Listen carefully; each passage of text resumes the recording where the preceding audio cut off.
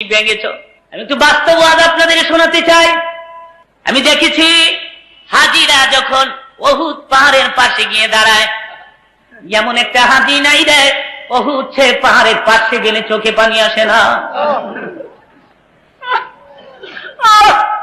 যদি বলি হাজি কেন কান্দ পাহাড়ের পাশ, হাজি বলে হুজুর এই তো গো এই উহুদ, যে উহুদেরই পাশে নবী দিনের জন্য দাঁত ভেঙে দিয়েছে, পাহাড়ের নিচে ঘুমিয়ে আছেন নবীজি চাচা বীর আমির হামজা। আমি আমাদের কবরের কিনারে দাঁড়াইয়া একটু চোখ বন্ধ করলে, একটু মোরা খাবায় আসলে যেন দেখা যায় রে কবরের ভিতরে আমির হামজা জিন্দা বসা।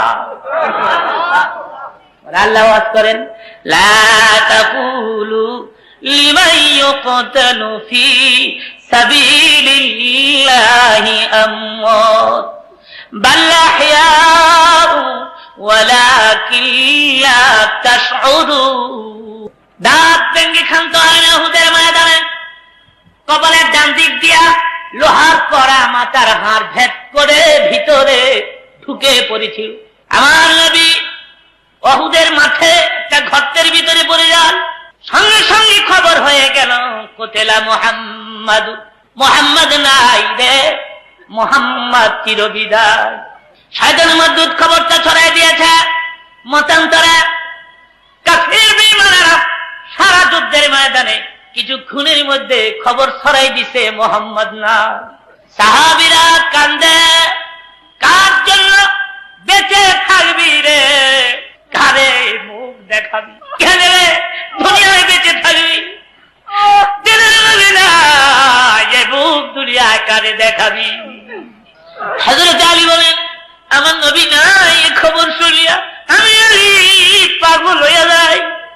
একবার দৌড় দিলাম, যারা শহীদ হয়ে গেছে ওখানে গিয়ে তালাশ করলাম, আমার নবীরে পাইলাম না। যারা বেঁচে আছে ওখানে যাইয়া রাসূলকে তালাশ করে পাইলাম না। হযরত আলী উহুদের মাঠে সিজদায় পড়ে অন্যায় করে যাবে না, হইও না ঈসা নবীর মতো, তোমার বন্ধুকে আকাশে তুলে দিও না। অমনি দেখা যায় নবীর একজন সাহাবী দৌড়ে আসে, আলী কান্দে, আলীর কানের গোড়ায় মুখ লাগায় কয় আলী দে রাসূল মরে না। হযরত আলী বলে কোথায় রে আমার দিনের নবী, লইয়া যা আমারে।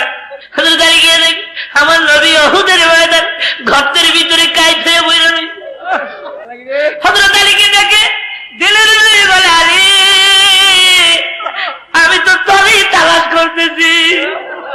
হযরত আলী বলে হুজুর সারা মাঠে খবর হয়ে গেছে আপনি শহীদ। তবে আমার দিকে বলে আলী রে আমার দাঁত ভেঙে পড়ে গেছে রে, লোহার কড়া মাথার হাড় ভেদ করে ভিতরে ঢুকে গেছে। আলী রে মাথা ব্যথা আর সহ্য করতে পারি না, দরজার বাইরে রে আলী পারবি কামড় মারিয়া লোহার কড়াটা তুইলা দিতে। আরাম করে কোরআন শরীফ আছে। অমনি পেছন দিক থেকে নবীর একজন সাহাবী দৌড়ায় এসে কয় হুজুর আমি কামড় মেরে লোহার করে তুলে দেই। আমার ঘরের মোবারকের দুই দিকে মজবুত করে ধরে উপরে নিচে দুই দাঁত দ্বারা কামড় মেরে টানে, কিভাবে আছে লোহার কড়া নবীজির মাথার হাড় ভেদ করে ভিতরে এত বেশি মজবুত হয়ে বসে গিয়েছিল, টানতেছে কিন্তু লোহার কড়া মাথা ছাড়ে না। ওই সাহাবীও কামড় ছাড়ে না। সাহাবী ভাবছে প্রথম কামড়ে যদি লোহার কড়া তুলতে না পারি আমার নবী কষ্ট পাবেন বেশি। আজ থেকে রাসূল কথাটা তাদের মুখে শোভা পায়, তোমার আমার মুখে শোভা পায়। তুমি আর আমি জিলাফির আশেক, আমি তীর আশেক, তুমি আল্লাহর হাবিবের আশেক না। 100 টাকা চাওয়া হয়, 1 টাকা নোট ভেদ বের করে দেই, সাহাবীরা জীবন দেয়, এদের মুখে আসে গেলে শুন বাক্যটা মানা। এবার নবীর সাহাবী হঠাৎ করে কেমন জোরে কামড় মেরে টান দিছে, লোহার কড়াটা চট করে ছুড়ে আসছে, ঠিক কিন্তু ওই সাহাবী সাথে সাথে দুটি দাঁত ভেঙে পড়ে যায়। সাহাবী মুখের পরে হাত লাগা পেছনের দিকে সরে যায়,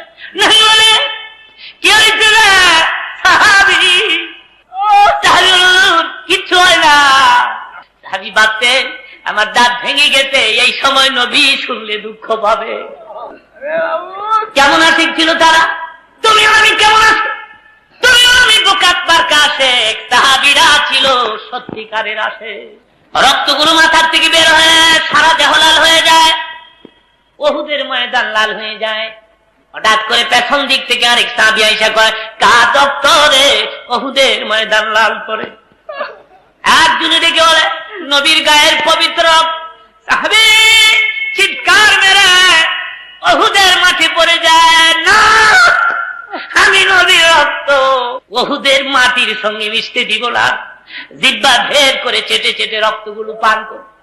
আমার নবী পেছনের দিকে তাকায় কয়, সাহাবী রে আমার রক্ত পান করলি না দুজক হারাম করলি। মদিনায় খবর হয়ে গেল দিনের নবী উহুদে শহীদ। মদিনার অবস্থাটা কি হয়েছিল শোনেন। চারদিক থেকে মদিনার ছেলেরা বের হয়ে যায়, মদিনার মেয়েরা কার রূপ পয়দা হয়ে গেল, রসুল নাই গো রসুল নাই। শুধু কি তাই, উহুদের ময়দানে নবী শহীদ শুনিয়া দুধের বাচ্চা মাছ তনে মুখ লাগায় না। নবীর এক সাহাবীর নাম ছিল হযরত হানজালা রাদিয়াল্লাহু তাআলা। ফরজ গোসল করার জন্য পানির কিনারে গিয়ে দাঁড়ায়। অমনি কে জানো রে মদিনার পথ দিয়ে বলে যায়, মদিনার ছেলেরা রে, মদিনার মেয়েরা গো, দিনের নবী উহুদে শহীদ। হযরত হানজালা এই কথা কান স্পর্শ হলে সঙ্গে সঙ্গে গোসলের কথা ভুলে যায়। দৌড়ে গিয়ে বলে, তরবারিটা কই, তাড়াতাড়ি দে। বিবি বলে, তুমি তো না পাক গোসল করো নাই, তরবারি দিয়ে কি করবে? তরবারি হাতে লইয়া হানজালা বলে, বিবি গো কার জন্য গোসল করব? কেন গো গোসল করব? আমার দিনের নবী উহুদে না। বিদায় দে, দেখা হবে হাসরের ময়দানে। নবী আসছে, নবীর প্রিয় সাহাবী হযরত হানজালা উহুদের ময়দানে শহীদ হয়ে যায়। যুদ্ধ বন্ধ হয়ে গেল। আমার নবী দেখে বলেন, ও সাহাবীরা, যারা শহীদ হয়েছে তাদের বিনা গোসল কবর দিয়ে দে। আসতে পারে হুজুর, শুহাদায়ে কেরামদেরকে বিনা গোসল কেন কবর দেওয়া হয়? জবাব হলো, রক্তমাখা অবস্থা শুহাদায়ে কেরাম কিয়ামতের মাঠে আল্লাহর দুয়ারে উঠে দাঁড়াবে। আমার মাহবুব ডেকে ডেকে বলবেন, কিরে বান্দা আমার, এত রক্ত তোর গায়ে? ডেকে বলবেন, জমিনে তোমার দিন কায়েমের জন্য, ধর্মকে প্রতিষ্ঠা করার জন্য যুদ্ধের ময়দানে শহীদ হয়ে রক্তমাখা অবস্থায় তোমার দরবারে হাজির হয়ে গেছি। যারা শহীদ তাদের বিনা গোসল কবর চলছে। হঠাৎ করে দেখা যায় বহুদূর থেকে আবলাকে সার পাগল ভেস একটি মহিলা আসতেছে।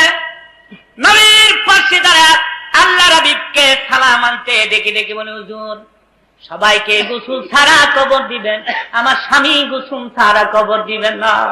নবী আমার আশ্চর্য হয়ে বলেন, কি নাম তোমার, কোথায় তোমার ঘর আর কোথায় তোমার বাড়ি, কি পরিচয়? হুজুর আমি আপনার প্রিয় সাহাবী হযরত হানজালার স্ত্রী। হানজালা কোথায় গো? হুজুর ফরজ গোসল করার জন্য পানির কিনারে দাঁড়ায়। কে যেন রে মদিনার পথ দিয়ে বলে যায়, দিনের নবী উহুদে শহীদ। আপনি শহীদ হয়ে গেছেন, আপনি চির বিদায় হয়ে গেছেন। এই খবর শুনিয়া আমার স্বামী গোসলের কথা ভুলিয়া যায়, দৌড়ে আমার কাছে হাজির হয়। দেখে বলে, বিবি গো তরবারিটা দে, আমার দিনের নবী উহুদে নাই গো, কার জন্য গোসল করব? বিদায় দে গো, দেখা হবে হাসরের ময়দানে। হুজুর আমার প্রাণের স্বামী না পাক, গোসল ছাড়া কবর দিয়েন না। আবার নবী ডেকে বলেন, সাহাবীরা আমার হানজালার লাশ কোথায় বের কর, গোসল দে। আমার কাছ থেকে আওয়াজ আসে, জিবরাইল রে উহুদে আমার বন্ধুর কাছে যা, আমার সালাম বলে দে, আর বলে দে যে হানজালা আমার হাবিবের জন্য জীবন দিতে পারলো, আমার হাবিবের প্রেমে পড়ে গোসলের কথা পর্যন্ত ভুলে যেতে পারলো। আমি মাবুদ চাই না রে দুনিয়ার সাধারণ পানির দ্বারা তার গোসল হোক। হাবিব আমার একটু আকাশের দিকে তাকায় দেখে আমার রহমতের ফেরেশতারা জান্নাতের বরকতি পানি দিয়ে হানজালারে গোসল দিয়েছে। আমার নবী বলে খবরদার আমার হানজালার কাছে যাস না, তার গোসল হয়ে গেছে রে। নবীর ইসলামী বলে নবীর কথা বাস্তব পরীক্ষা করার জন্য আমি হানজালার লাশের কিনারে গিয়ে দাঁড়ায় দেখি চুলের আগা বেবে দাড়ির আগা বেবে পানির ফুটা বহুদের মাটি স্পর্শ করতেছে, যেন সবে মাত্র হানজালাকে গোসল দেওয়া হয়েছে। জোরে জোরে বলেন সুবহানাল্লাহ। এর ছিল আশিকের রাসূল, নবীর জন্য জীবন দেয়। আশিকের রাসূল কথাটা তাদের মুখে শোভা পায়, তোমার আমার মুখে কোনোদিন শোভা পায় না। যুদ্ধ বন্ধ হয়ে গেল, আমার নবী মদিনার দিকে রওনা। কিন্তু বলছে দুইজন সাহাবীর কাঁধে ভর করে আমার নবী যান, পা দুটা জমিনের সঙ্গে লেগে যাচ্ছে। রক্ত শূন্য অবস্থায় আমার নবী দুর্বল হয়ে গেছে। হুজরার ভিতরে ঢুকার আগে আবু বকর সিদ্দিক দেখে বলে হুজুর, হুজরার ভিতরে ঢুকার আগে একটু বসেন সিঁড়িতে ঠেক লাগাইয়া। আমার নবী ডেকে বলে আবু বকর, আপনারা দেখেছেন আমার দুটি দাঁত ভেঙে গেছে, কপাল ছিদ্র হয়ে গেছে, আমার শরীর থেকে রক্ত কমে গেছে, হাঁটতে পারি না। আপনারা কি চান না আমি নবী একটু বিশ্রাম নেই? আবু বকর বলুন বেয়াদবি মাফ করবেন, অবশ্যই আপনি আরাম করবেন, আমরা সবাই মিলে আপনার খেদমত করব। আমি কেন বলছি, কালকে সারা মদিনায় খবর হয়েছে আপনি শহীদ হয়ে গেছে। মদিনার ছেলেরা কাঁদবে, মদিনার ছোট্ট ছোট্ট মেয়েগুলো কাঁদবে, মাসুম বাচ্চা দুধের বাচ্চা মাছ তোলে মুখ লাগায় না। ওই ছেলে মেয়েগুলো শুনেছে আপনি শহীদ হল্লাই, আপনি ফিরে আসতেছেন, সমস্ত ছেলে মেয়েগুলো আসতেছে দৌড়াইয়া রাহমাতুল আলামিন এক নজর দেখার জন্য। নবীর জিন্দেগীর এই করুণ ডায়লগ শুনে যারা চোখে পানি রাখতে পারলেন না, যাদের চোখের কোটা ভিজে গেল, যাদের অন্তরে দুঃখ লাগলো, মাহফিল সাক্ষী কিয়ামতের মাঠ যেদিন শুরু হবে, তোমার আমার চোখের পানি আল্লাহর দুয়ারে গিয়ে দাঁড়া ডেকে ডেকে বলবি প্রভু গো, তোমার নবীর জীবনী শুনে বান্দা কাঁদতে, আমি আমার কান্দনের ব্যক্তিকে জাহান্নামের আগুনে জ্বলতে দিব না।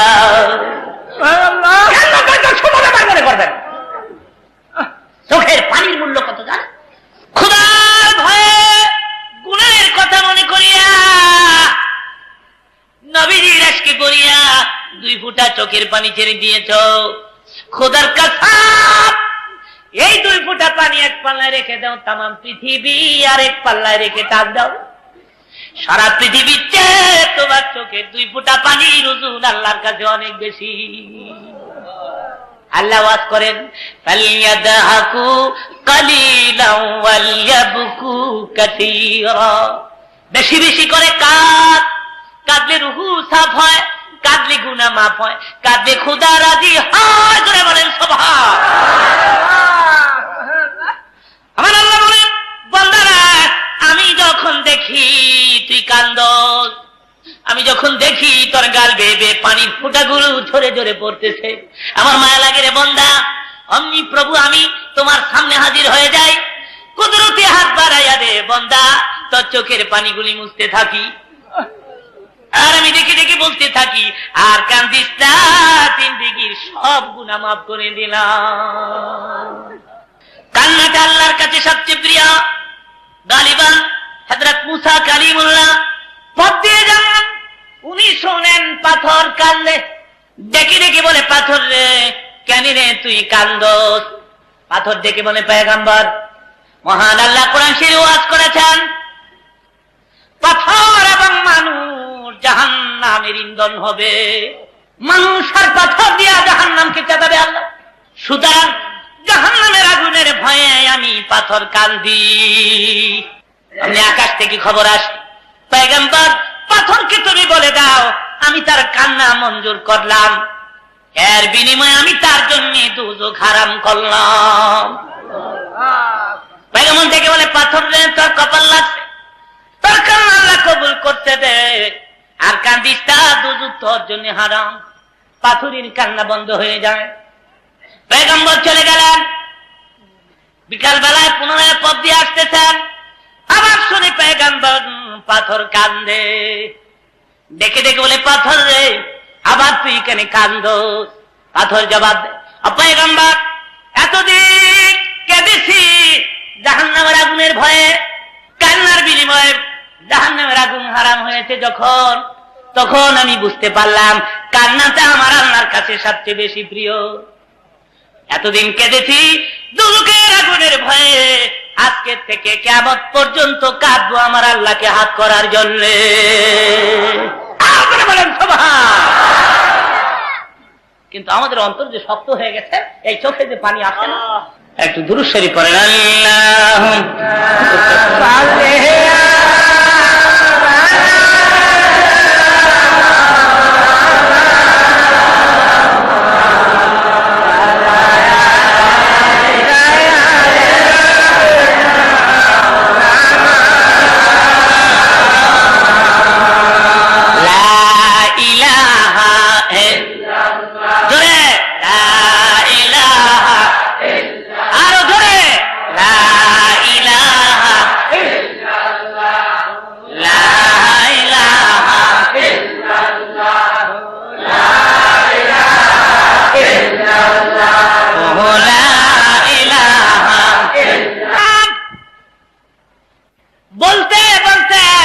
মদিনার ছোট্ট ছোট্ট ছেলে মেয়েরা আমার নবীর চারদিক দিয়ে ঘেরাও করে দাঁড়ায়। আমার নবী সুন্দর চেহারার দিকে এক দৃষ্টিতে তাকিয়ে আছে। এখানেই কথা শেষ নয়, হুজুরের জীবনী খুলে দেখেন। জীবনের প্রথম যেদিন সোনার মদিনায় হিজরত করেছিলেন, মদিনার ছোট্ট ছোট্ট ছেলে মেয়েরা চারদিক থেকে আমার নবীর শানে নাচ গাইতে গাইতে চারদিক থেকে জমা হতে থাকে। সেদিনের নাচ কত সুন্দর ছিল। ছেলেরা বলতেছিল, তালাল বাদরু আলাইনা মিন সানিয়াতিল বিদাই ওয়াজাবাত শুকরু আলাইনা মাদা লিল্লাহি দাই। মদিনার ছেলেরা, মদিনার মেয়েরা, দেখিয়া যা আমাদের মদিনায় পূর্ণিমার চাঁদ উঠেছে। নবীর উঠের চারদিক দিয়ে ঘেরাও করে দাঁড়ায় মদিনার ছোট্ট ছোট্ট ছেলে মেয়েরা, মাথা বেঁকা করে। হুজুরের চেহারা দেখতে ছেলে মেয়েদের কষ্ট হয়। অনুভব করতে পেরে আমার নবী উটের পিঠ থেকে লাফ মেরে জমিনে নেমে যান। অমনি ছেলে মেয়েরা ঘেরাও করে দাঁড়ায়। আমার নবী আর চোখে পানি রাখতে পারে না, কাঁদেন আর দুই হাত ছেলে মেয়েদের মাথার উপরে বুলিয়ে দেন। ডেকে ডেকে বলেন, ও মদিনার ছেলেরা, ও মদিনার মেয়েরা, তোমরা কি আজীবন এভাবে আমার পাহারা দিয়ে রাখবে? সব সময় আমাকে দেখে রাখবে, আমার ভালোবাসবে, আমাকে আদর যত্ন করবে, কোনদিন তোমরা আমাকে ভুলবে না? আমি আমার মায়ের দেশ জন্মভূমি মক্কা নগর থেকে তোমাদের দেশে, মক্কার লোকেরা আমার তাড়িয়ে দিতে, মক্কার লোকেরা আমার ভালোবাসে না, তোমরা কি আমার ভালোবাসবে? নবী কলিজা ফিরে গিয়েছিল যেদিন নবী মক্কা থেকে মদিনার পথ বাইতুল্লাহ কিনারে দাঁড়াইয়া বাইতুল্লাহর গিলাফ ধরে নবী কাঁদে, বাইতুল্লাহ রে, প্রাণ ভরে আমি তোর খেদমত করতে পারলাম না, প্রাণ ভরে তোর সামনে লইয়া প্রভুর পায়ের সামনে চেষ্টা করতে পারলাম না। বাইতুল্লাহ রে, আমার মন চায় না, তথাপি তোরে তুই আমি মদিনায় যাই। মদিনায় যাওয়ার পরেও তুমি বাইতুল্লাহকে ভুলে গেছিলেন? বারবার অপেক্ষায় থাকতেন কোন দিন আপনাদের কেন